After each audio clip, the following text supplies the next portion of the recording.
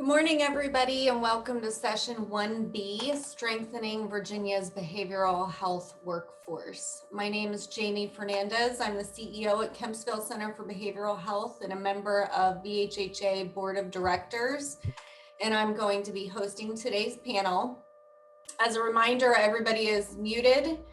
The last 10 minutes of today's session will be used to answer your questions, so please enter your questions in the Q&A box at any time during the session. Feel free to chat with one another using the chat box, but please don't enter your questions in that. Please make sure that you're entering those in the Q&A box.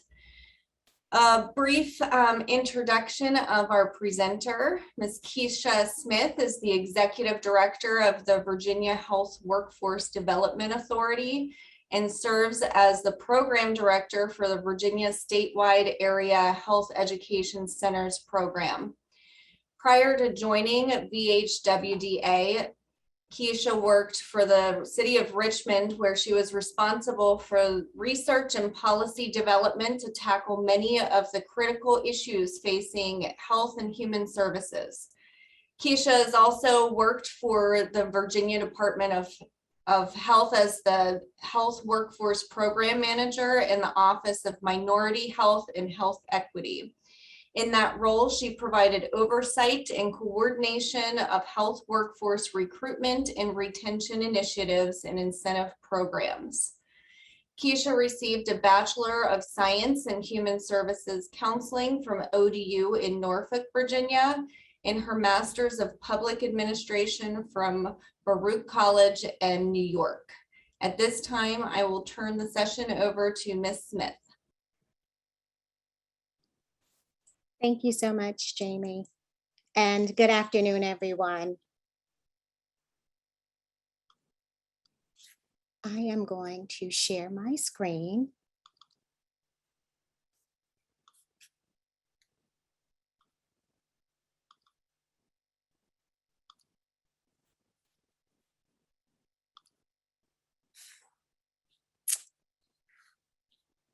Okay. Today, I'm going to provide an overview of the Virginia Health Workforce Development Authority and discuss some of our policy and programmatic initiatives that are aimed at strengthening Virginia's behavioral health care workforce. The Virginia Health Workforce Development Authority was established over a decade ago in the Code of Virginia as a quasi-governmental entity or a political subdivision of the Commonwealth of Virginia, with a charge of facilitating the development of a statewide health professions pipeline that not only identifies, educates, and recruits, but also retains a diverse and appropriately distributed and culturally competent workforce to serve all Virginians. This year, effective July 1, we have some additional responsibilities and mandates by the state, but we are providing the statewide infrastructure required for health workforce needs assessment and planning. We, again, as Jamie mentioned, serve as the advisory board and set the priorities for our Area Health Education Centers program, which we'll hear more about later. We also coordinate and serve as a resource to relevant state, regional, and local entities. We advocate for programs that will result in loan or debt reduction for our health professionals. So we don't oversee those programs, but we do advocate for them. They are administered, a lot of them, by the Virginia Department of Health. We also identify high priority target areas within each region and work to improve health outcomes in those areas. We foster and create innovative health workforce development models, providing both health and economic benefits to the regions, developing strategies to increase diversity these are the additional mandates that were added to the code this year. They, of course, represent or are a result of the climate and in the environment. And so the authority has been given additional responsibilities around examining the demographic data on race and ethnicity in training programs and health professional licensure. We are identifying ways to leverage technology to increase access to health workforce training and healthcare delivery.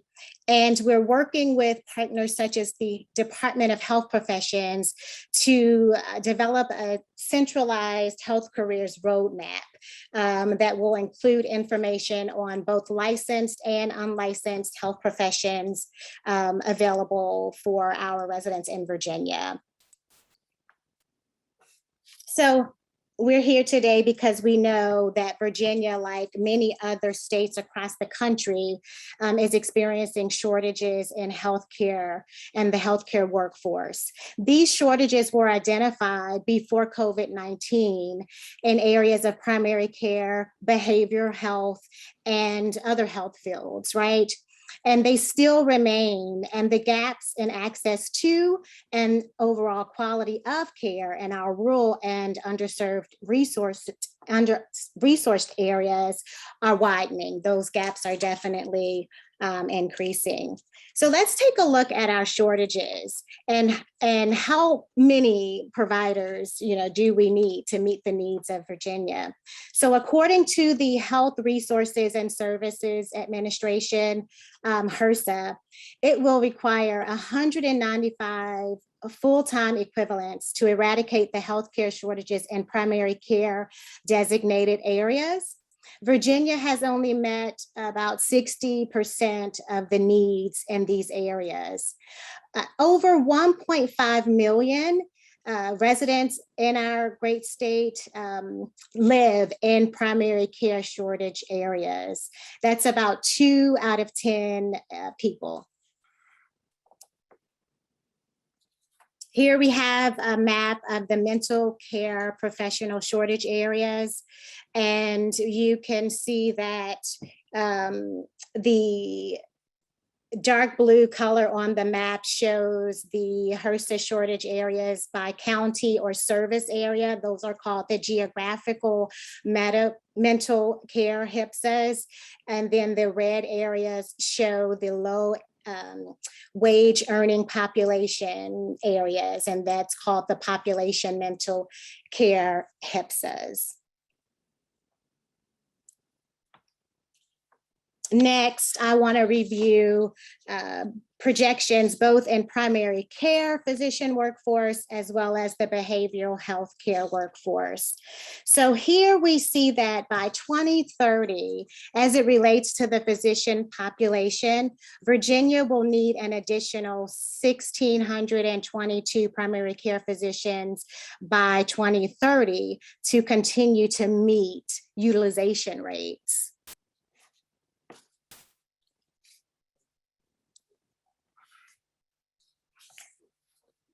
Next, the projections of demand for behavioral health practitioners in 2030 is based on, again, this information is the current supply of behavioral health practitioners, which was obtained by our partners at the Department of Health Professions, as well as HRSA's data warehouse.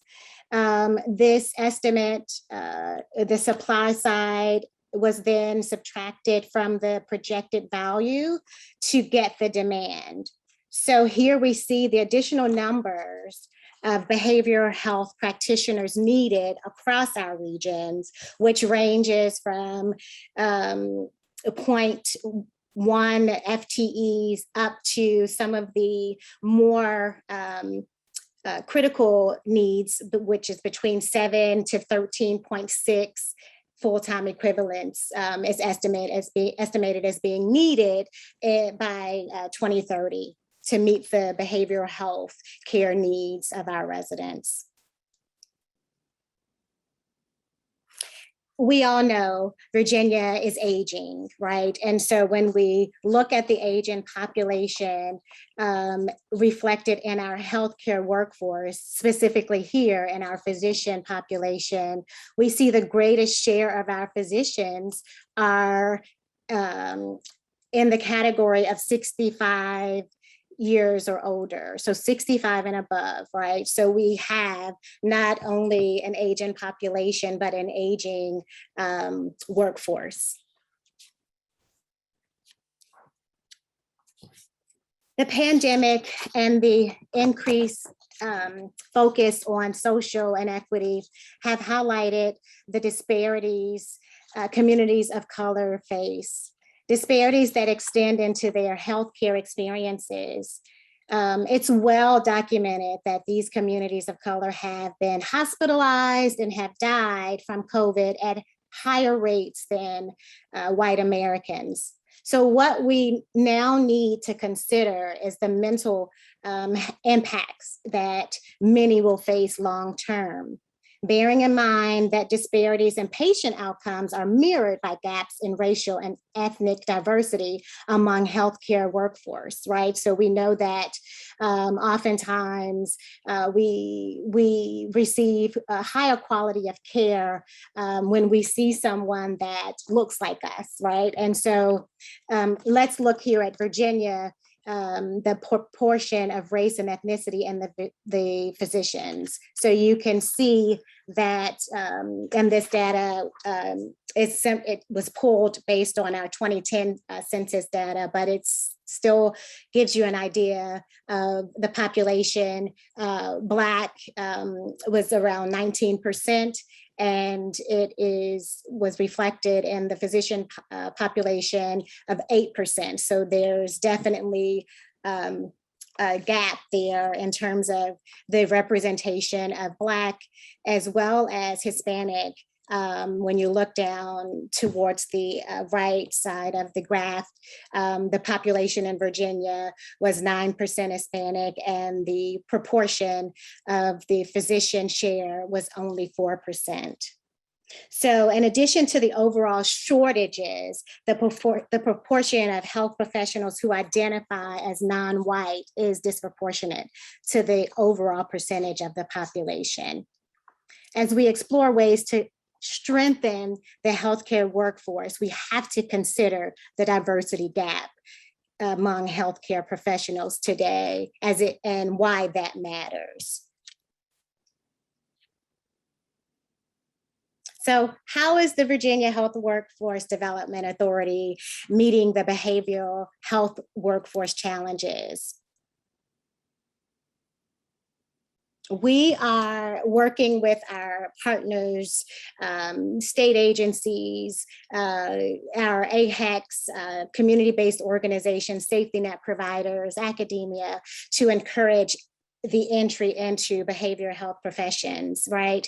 We also are ensuring the availability of quality trainings and education necessary to develop and strengthen the workforce that will be prepared to face the behavioral and mental health challenges that lie ahead. Again, and we focus and have always focused on retaining diverse and well-trained providers.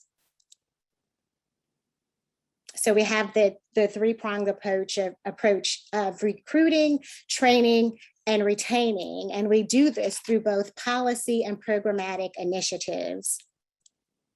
So to help carry out the authority's programmatic initiatives for recruiting, training, and retaining a diverse and quality workforce, the authority collaborates with its 8 area health education centers, also known as AHECs.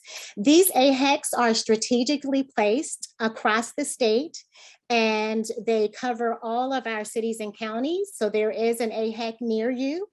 I encourage you to visit our website to identify which center is near you and connect with them as they are connected, working with colleges and universities in your regions, local school districts, regional healthcare agencies, and other community organizations, right? So we're supporting youth and students as they develop the skills they need to pursue a behavioral health career and other healthcare professions. The AHEC, let me just give you a little more information about the AHECs, the Area Health Education Centers. They are federally funded. We are a federally funded program. AHECs have been around and federally funded since the 70s. The Virginia's Area Health Education Centers program was established in the early 90s, in 91, I believe. And so it has been receiving federal funds since that time. We are focused on, again, diversity. So we target underrepresented minorities with our programs. And we have demonstrated success in the areas shown here on the slide. I'll talk a little bit more about the AHEC Scholars Program in a few minutes, but we provide everything from health careers promotion and preparation as early as middle school through high school and even into college by offering structured and unstructured activities to undecided majors, right? We also provide community-based experiential trainings to health careers students, health profession students across the state. And then we work with the other end of the pipeline, which are the licensed professionals, by providing professional education and support.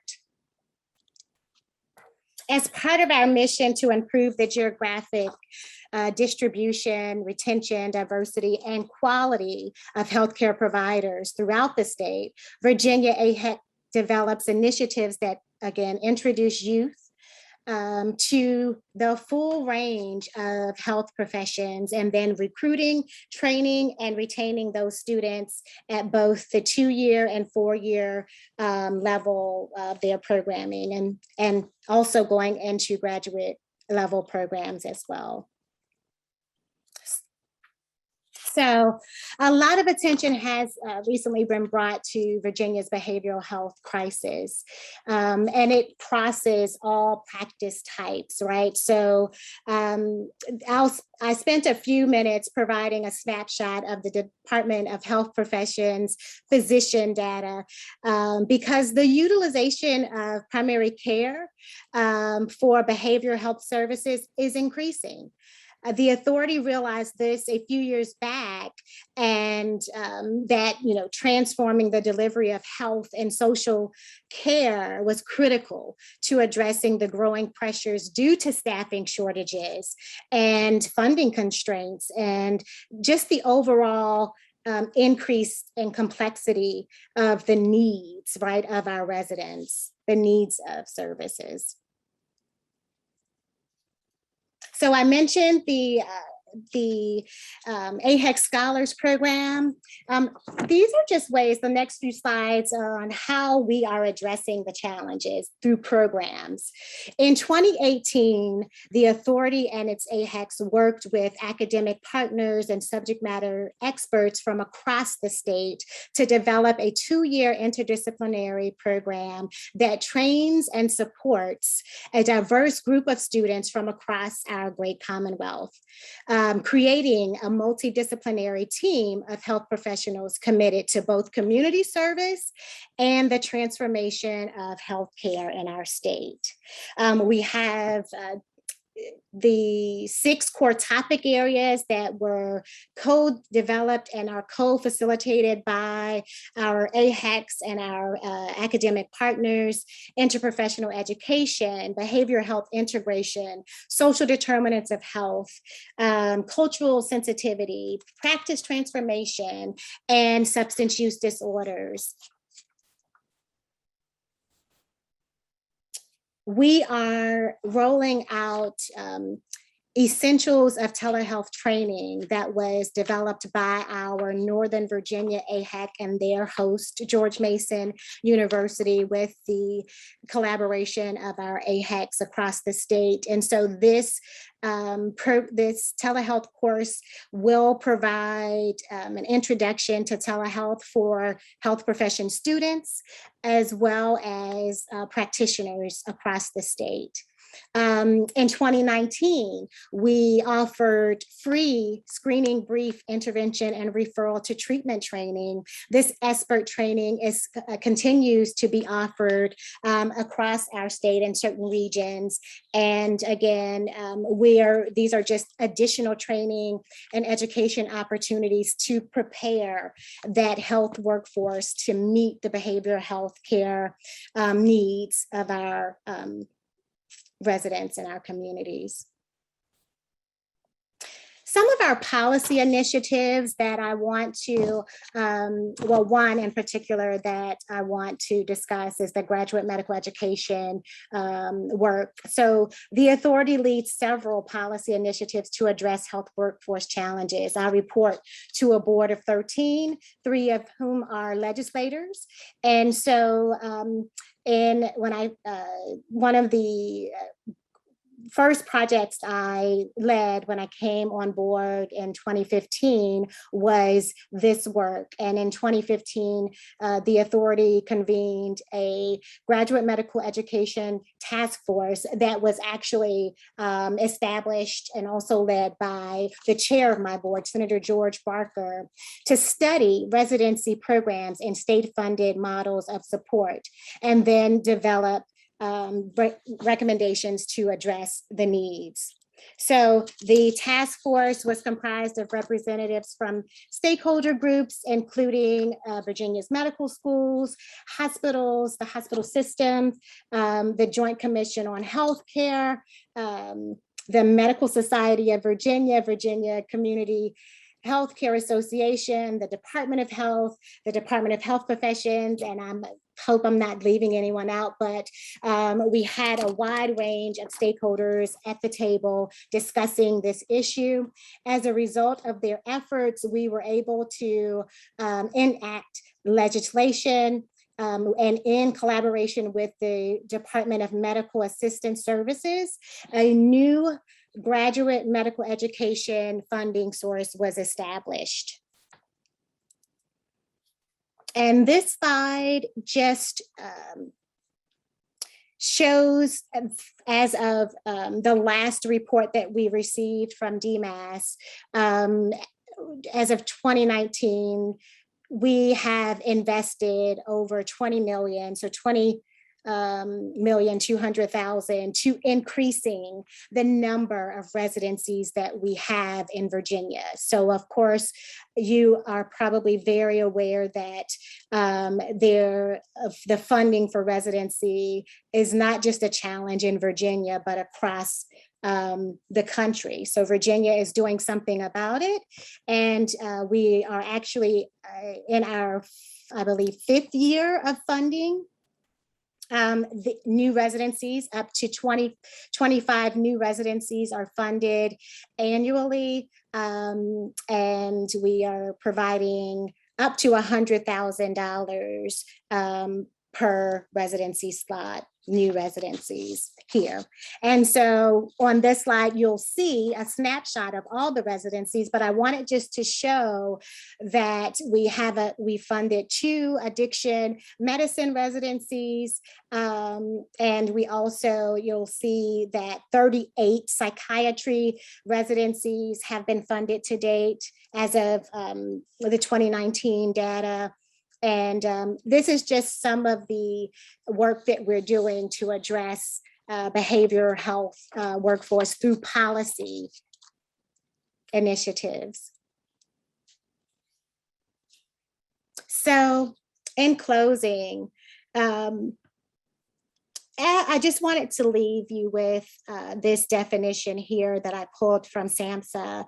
The behavioral health equity is the right to access quality care for all populations, regardless of the individual's race, ethnicity, gender, socioeconomic status, sexual orientation, or geographical location. This includes access to prevention, treatment, and recovery services for mental and substance use disorders. So as we explore ways to strengthen Virginia's behavioral health workforce, let's do it through a lens of equity.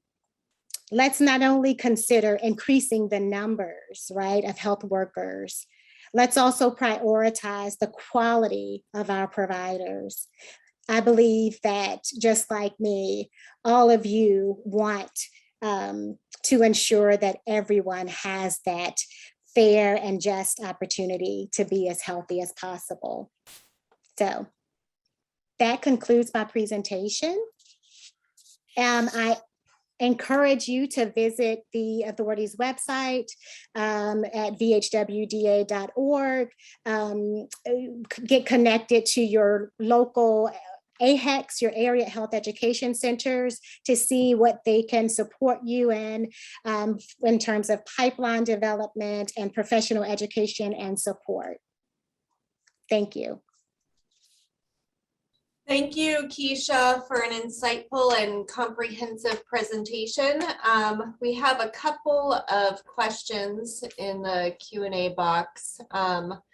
One of them is, with the urgency of the crisis at hand, what are some of the most immediate and practical actions that our legislature could consider to help replenish and stabilize the workforce as we concurrently work towards workforce sustainability via these excellent initiatives and implementations?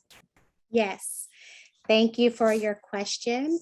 I believe that we can encourage our elected officials to increase the support around workforce development in terms of financing evidence-based programs. Okay, so what we are seeing, that the data is showing that when the state hospitals, for example, had to, close some of their sites, it wasn't just because of the shortages of behavioral health care providers, right? So the psychologist and the psychiatrist and those professionals. There's a nursing shortage that is also very prevalent. And so what is needed is the resources to be able to first collect the data to see exactly what services are needed, and if there are opportunities for other workers to help.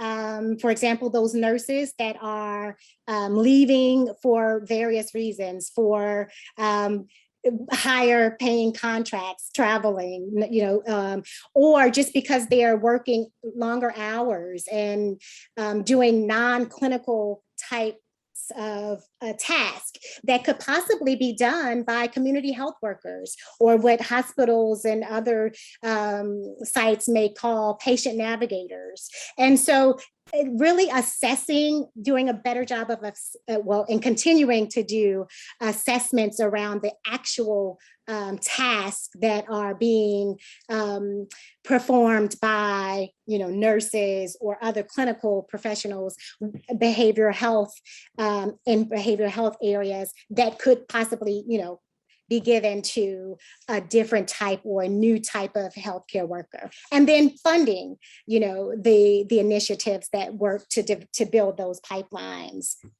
I think would be what I would recommend you talk with your legislators about.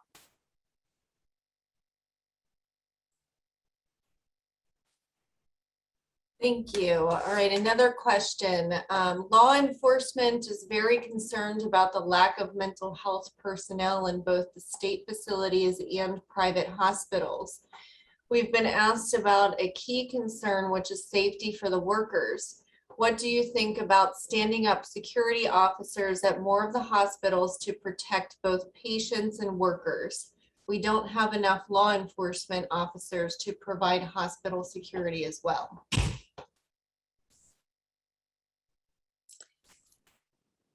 Thank you for that question. I think that is something that could be explored. There are several initiatives that are underway across the state where I know that there was just funding from HRSA to look at the public health and public safety challenges, right? And so there is collaboration underway right now with public safety and, you know, the healthcare industry. So I think that exploring, you know, ways to have enhanced security while addressing, you know, the needs is something that we can explore, and I will bring to the board, to my board as well.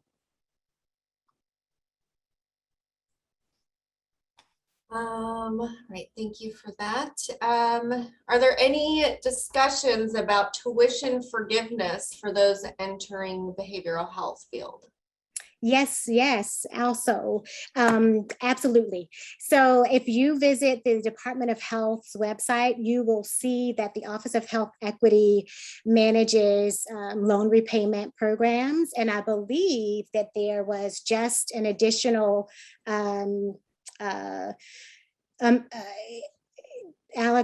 appropriation and funding from the Virginia Healthcare Foundation, Virginia Healthcare Foundation, exclusively for the behavioral health in terms of tuition forgiveness or loan repayment. So please visit the Department of Health's website for that information.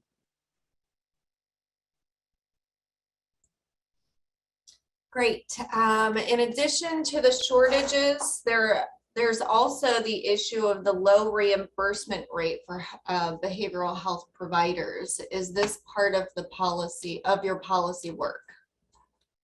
Yes, I am aware of initiatives that have been led, policy initiatives by the chair, Senator George Barker, and others, his colleagues in both the Senate and the House. And so I encourage you to visit his website and ours to see exactly what's being done, what's been passed. I know that reimbursement is something that was addressed, and I believe that you'll find information about that on our website. So it is a part of what we're doing, and we're going to continue to work with our legislative members to address that reimbursement rates. We know that that's an issue.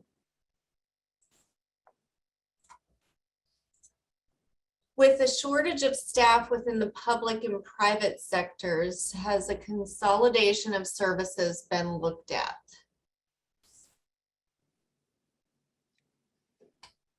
So I am not aware of any outcomes of this issue, but yes, I know that there have been some discussions around how things can be enhanced with public-private partnerships. And so please, continue to be on the lookout for information about that, but I don't know that anything has been announced officially around public-private partnerships in the behavioral health area. All right, it looks like we have some over in the chat box here. Any communication with the private sector, hospital systems, HCA, ANOVA, to engage them in commitment to employ a wider, diverse workforce in a variety of positions?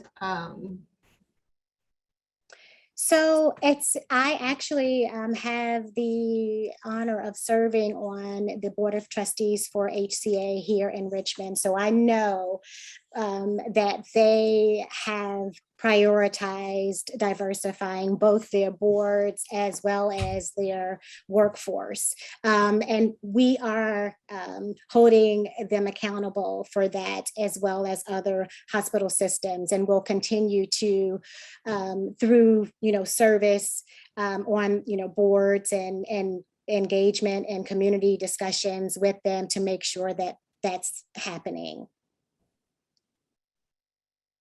Okay, what are some ways that provider organizations in the state can meaningfully address healthcare burnout? That's a great question. I know that there is Senator, actually George Barker introduced and legislation was enacted this past session around physician that address that. But the Medical Society of Virginia has a safe haven program that I would encourage you to explore that also addresses burnout. There are many evidence-based, efforts that are going on across the state. And it's really just hearing the needs of your staff and to determine how they want support. I mean, support could be anything from providing a peer to peer relationship, or where they are able to seek behavioral health care, behavioral health services themselves without fearing, any negative consequences. So again, check out the Medical Society of Virginia's program that they have, and it has been implemented, Safe Haven, in the state of Virginia. Okay, thank you. And I think we just have time for a couple more questions.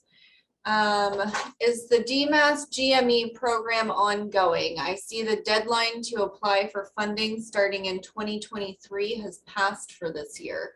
Will there be an opportunity to apply next year for new GME residency funding for budget year 2024? Thank you.